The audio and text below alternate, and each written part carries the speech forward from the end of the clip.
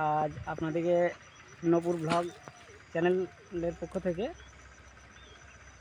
একটা প্রাকৃতিক সৌন্দর্যের চিত্র আপনাদেরকে দেখাতে চাই। তো যে জায়গাটা চলেছি আপনাদেরকে, সেটা হচ্ছে আদার বাগান বলে। তো আদার বাগানটা মানুষ শুনে, কিন্তু কি আদার বাগান, কতটা আদার আর কতটাই ঝালঝোঁক, সেটা সঠিকভাবে কেউ জানে না। তার জন্য আপনাদেরকে দেখাবো। তার জন্যেই প্রথমেই আপনাদেরকে একটা ফুলের শস্য দেখাবো। এই ফুলটা কি আপনারা কমেন্টে বলবেন, আর যারা জানেন তাহলে তারা তা আসুন দেখা যাক, আমরা আপনাদেরকে দেখাই।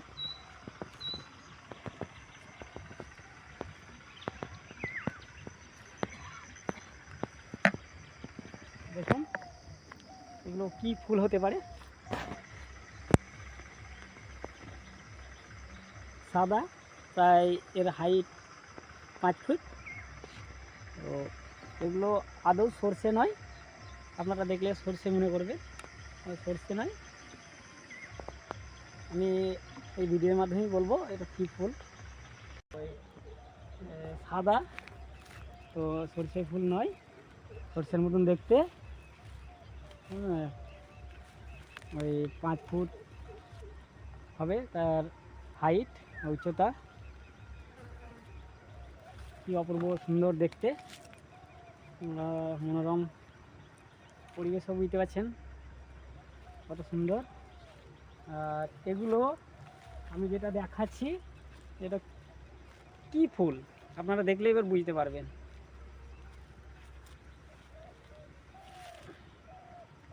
দেখুন এটা কি, এটার ফুল, এটারা নিশ্চয়ই, এটা কি আপনারা জানেন কি হতে পারে? সেটা সব দিক থেকে চলে, সবজিতে দেওয়া হবে এবং খাওয়া হবে।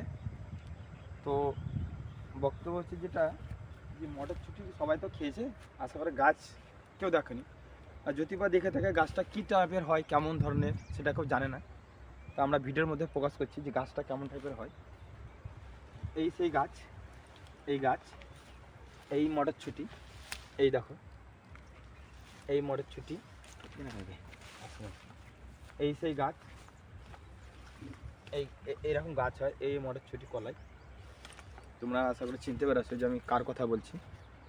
এই সেই মটরশুঁটি। তো আমরা বেশি ভিডিও বড় করতে চাই না, এর জন্য আমি যাওয়ার পথে একটা গাছ দেখতে এলাম। যে মটরশুঁটি কলাই সবাই খেয়েছে, সব দিক থেকে ইউজ করা যায়, তবে গাছটা সবাই কেউ দেখেনি, এর জন্য আমরা গাছটা প্রকাশ করছি। গাছ এরকম হয়, দেখা গেল এই গাছ। আর এই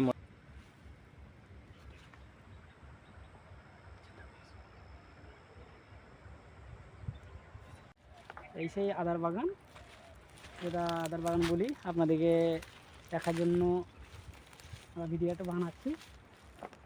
দেখুন আদার বাগান, ওটাই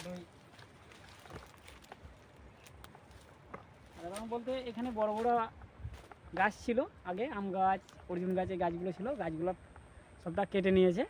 ওই লাল লতা পাতাগুলোই আছে, বড় গাছ বলতে আর এখন কিছু নেই।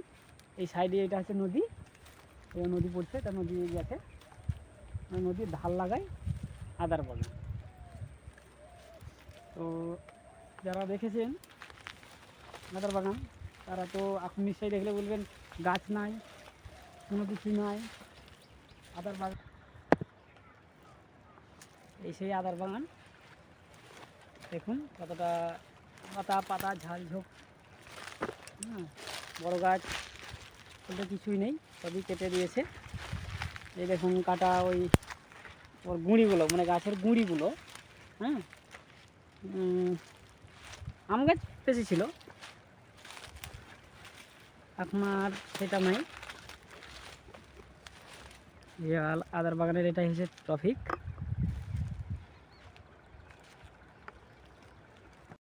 এই দেখুন সবাই জানতো যে আদার বাগান একটা ভয়ঙ্কর জায়গা, তাই তো?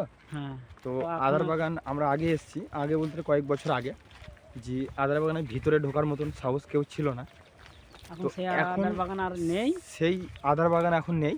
আশা করে যারা অনেকটাই ফাঁকা হয়ে গেছে, অনেকটাই ফাঁকা, এবং যারা কাঠে রান্না করে এবং কাঠ চুলা সবাই জানে, তারা এবং আদার বাগানে ঢুকে যে ছোটো ছোটো কাঠ বলতে গেলে ঝুপড়ি এগুলো ভেঙে তারা বর্তন করে নিয়ে যাচ্ছে এবং রান্না করার জন্য। আর আমরা প্রকাশ করেছিলাম কয়েক বছর আগে এসেছিলাম যে এই আদার বাগানের বাহির থেকে ভিতরে যাওয়ার মতো ক্ষমতা ছিল না। রাস্তাই ছিল না। আর এখন এখন যেটা আমরা বুঝতে পারছি যে আগের মতো আদার বাগান সেটা এখন আর নেই।